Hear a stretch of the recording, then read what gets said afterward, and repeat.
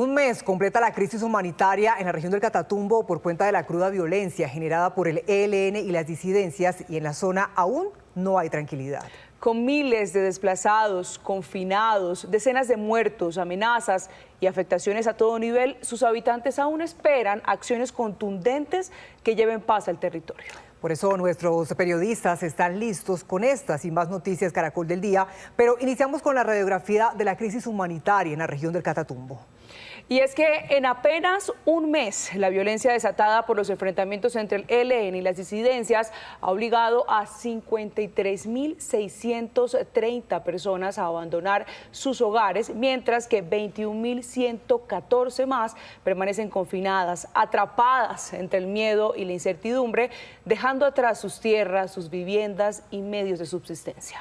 El recrudecimiento del conflicto ha dejado una estela de muerte. En el último mes, por lo menos 45 civiles han sido asesinados en distintos hechos de violencia, incluyendo 5 menores de edad. La situación también ha cobrado la vida de 5 firmantes del acuerdo de paz.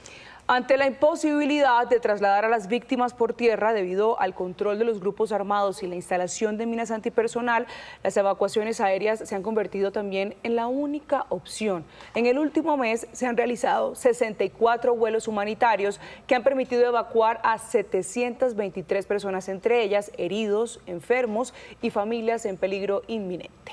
Para analizar ese panorama, hacemos un recorrido con nuestros periodistas. Iniciamos con Daniel Ortiz. Daniel, ¿cómo se ve reflejado el costo humanitario de esta crisis? Cuéntenos.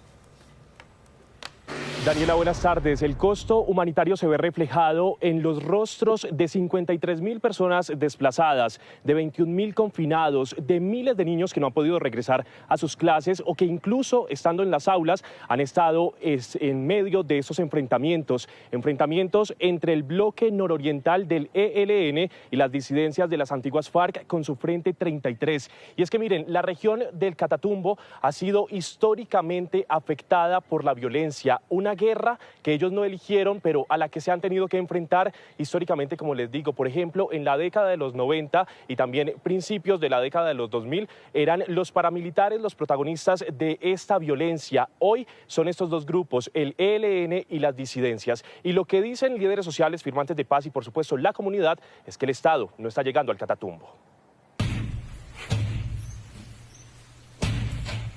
El miedo y la incertidumbre se apoderaron de los habitantes del Catatumbo desde el pasado 16 de enero.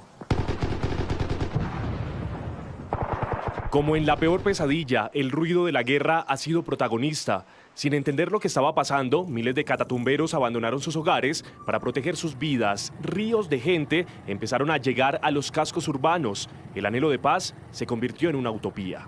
30 días y no vemos una salida pronta al conflicto. Y vemos que el ELN aún se pasea como perro por su casa en toda la región de Catatumbo. Más de 53.000 desplazados y 21.000 confinados dan cuenta de la barbarie. Hoy, 4.914 víctimas del conflicto están en albergues temporales con la misma sensación del primer día, sin saber qué va a pasar con ellos. Pedirle al gobierno nacional que garantice el retorno de estos miles de campesinos que hoy nos encontramos refugiados.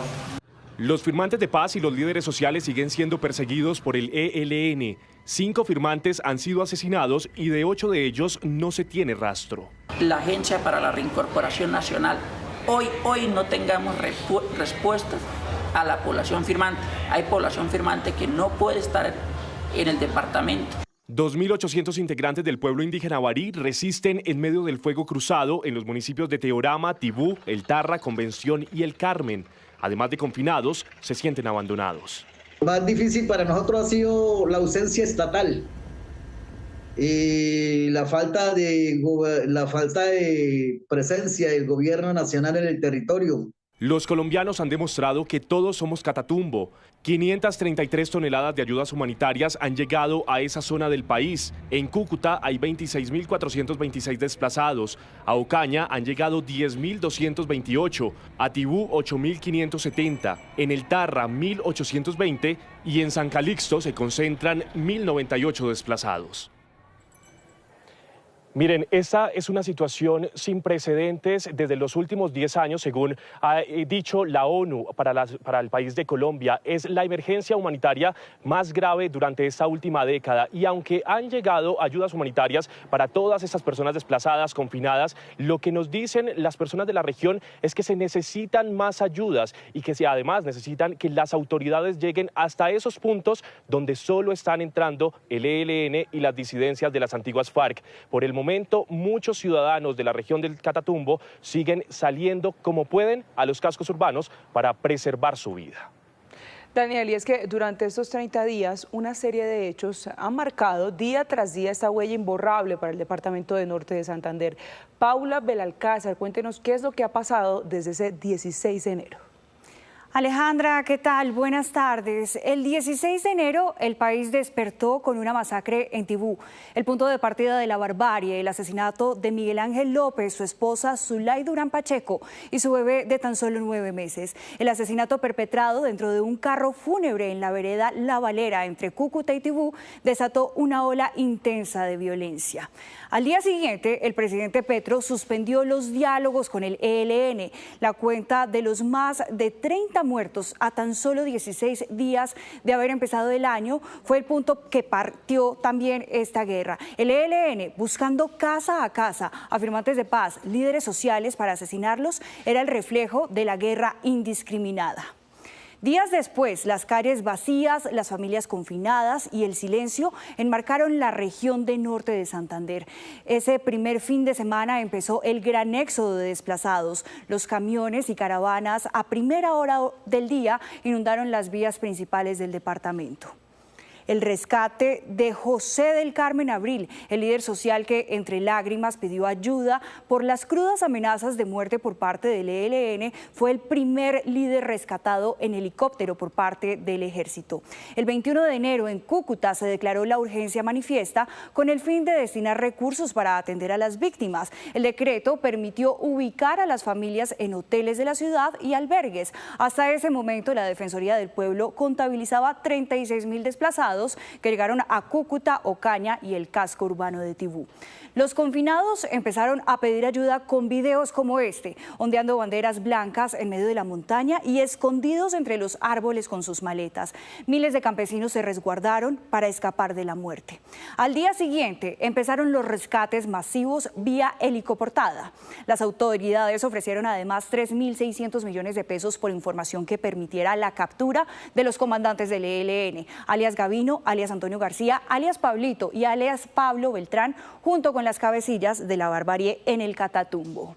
El 27 de enero se confirma el asesinato de 13 disidentes del Frente 33 en el corregimiento La Cecilia, en la vereda de San José de Vegas, esto es en Teorama. Sin embargo, las autoridades investigaron que pudo tratarse de 18 cuerpos. Luego, en diferentes zonas del Catatumbo, decenas de habitantes salieron a protestar en la vereda Pacheli, Versalles, La Gabarra y en zonas rurales como Aleida, las comunidades vencieron el miedo.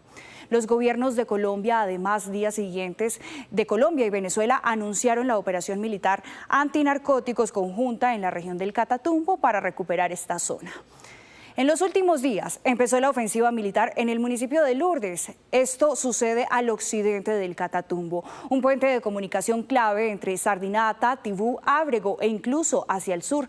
Además, los 3 presidentes de las altas cortes fueron a Cúcuta para hablar con los jueces que estaban amenazados de muerte y se comprometieron a no cortar la cadena de justicia en ninguno de los municipios del Catatumbo. Hoy, un mes después de la barbarie, la incertidumbre continúa intacta. Las familias sin respuesta piden volver a sus territorios, pese a que algunos perdieron todo.